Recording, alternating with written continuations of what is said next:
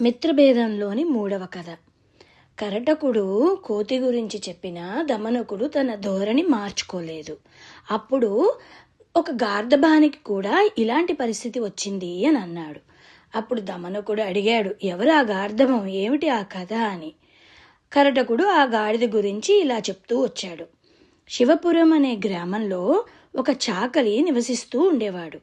వాడి దగ్గర గాడిద, కుక్క 2 ఉండేవి. చాకలి కనుక గాడిదనేమో బట్టలు మోయడానికి ఉపయోగించుకునేవాడు. అంతేకాకుండా మంచి తిండి కూడా పెట్టేవాడు. కానీ కుక్కని చూడంగానే ఎందుకో అసహించుకునేవాడు. చిచి, దీన్ని అనవసరంగా పెంచుకుంటున్నాను. దీనివల్ల నాకు తిండి దండగ తప్ప మరే ఉపయోగమూ లేదు. దీనికి ఏ జన్మలోనో రుణపడిపోయి ఉండుంటాను. అందుకే ఈ జన్మలో నా దగ్గర ఊరికే కూర్చుని తీరగా తింటోంది అని అనుకునేవాడు. ఏ ఉపయోగం లేని కుక్కకి మంచి అన్నం కూడా దండగే అని పాడైపోయిన అన్నం, కుళ్ళిపోయిన పదార్థాలు పెడుతూ ఉండేవాడు. దాంతో ఆ కుక్కకి ఆ గాడిదను చూస్తే చాలా అసూయగా ఉండేది. ఈ గాడిద చేసే పనే ఉంది, పొద్దున్న సాయంత్రం కాసిన బట్టల్ని చెరువుకు మోసుకెళ్లడం, తీసుకురావడం.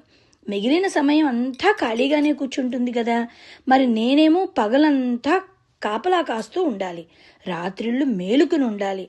అటువంటి నన్ను నానా మాటలు అంటూ నా కడుపు మాడి చేస్తున్నాడు. వీడి గాడిదకి ఏదో ఒక రోజు ఏదో ఒక కష్టం రాకపోతుందా అని అనుకుంటూ ఉండేది. ఒకరోజు రాత్రి ఒక దొంగ ఆ ఇంట్లోకి వచ్చి విలువైన బట్టలన్నీ మూటగట్టుకుని దొంగతనం చేయడానికి వచ్చాడు. ఇది గాడిద, కుక్క 2 చూశాయి. కుక్క తనకు మాత్రం ఏమీ పట్టనట్టుగా అలాగే కూర్చుంది. అయ్యో, మన యజమాని సొమ్మును ఎవడో దొంగ తీసుకుని వెళ్ళిపోతున్నాడు. నువ్వు అసలు ఏమీ మొరగకుండా ఉన్నావేంటి?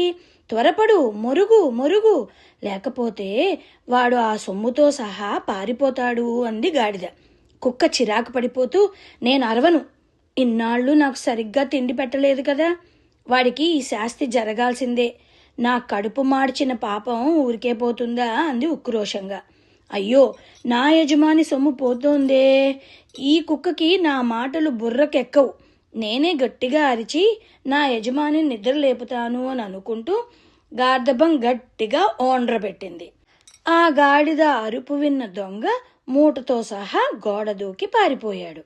చాకలేమో నిద్రలోంచి చటుక్కున లేచి, దీని దుంప తెగ, బాగా తిండి పెడితే అరగక ఇలా అరుస్తున్నట్టుంది, దీని సంగతి ఇప్పుడే చెప్తాను అని అనుకుని ఒక దుడ్డుకర్ర పట్టుకుని ఇష్టం వచ్చినట్టుగా దాన్ని కొట్టేశాడు. గాడిద యజమాని చేతుల్లో దెబ్బలు తిని మూలుగుతూ కింద పడిపోయింది. ఇంకసలు అది పైకి లేవలేదు.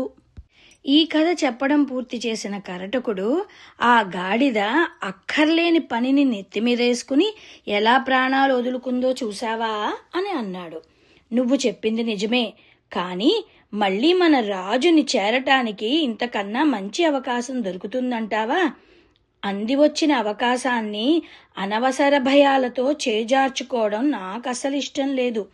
అంత భయమైతే నువ్విక్కడే ఉండు, నేను మన రాజు దగ్గరికి వెళ్ళి విషయాన్ని కదిలిస్తాను అన్నాడు దమనకుడు. విధి లేక కరటకుడు అతని మాటలకు తలూపాడు. అడవికి మహారాజైన ఆ సింహరాజు పింగళకుడి గుహ దగ్గరికి వచ్చి దమనకుడు వినయంగా చేతులు జోడించి, ఓ మహారాజా, నిన్న మీరు మీ సభలో జంతువులతో చెప్పిన విషయాన్ని నేను కూడా విన్నాను. అసలు మీ వంటి వారు ఇటువంటి అల్ప విషయాలకు భయపడడం పూర్వం నగారా శబ్దానికి భయపడిన నక్కవలే ఉంది అన్నాడు ఆ దమనకుడు. ఏమిటి, నగారా శబ్దానికి నక్క భయపడిందా? ఎవరా నక్క, ఏమా కథ అని అడిగాడు పింగళకుడు. మరి ఆ నక్క ఎవరో, ఆ నగారా శబ్దానికి భయపడి ఏం చేసిందో వచ్చే భాగంలో తెలుసుకుందామా?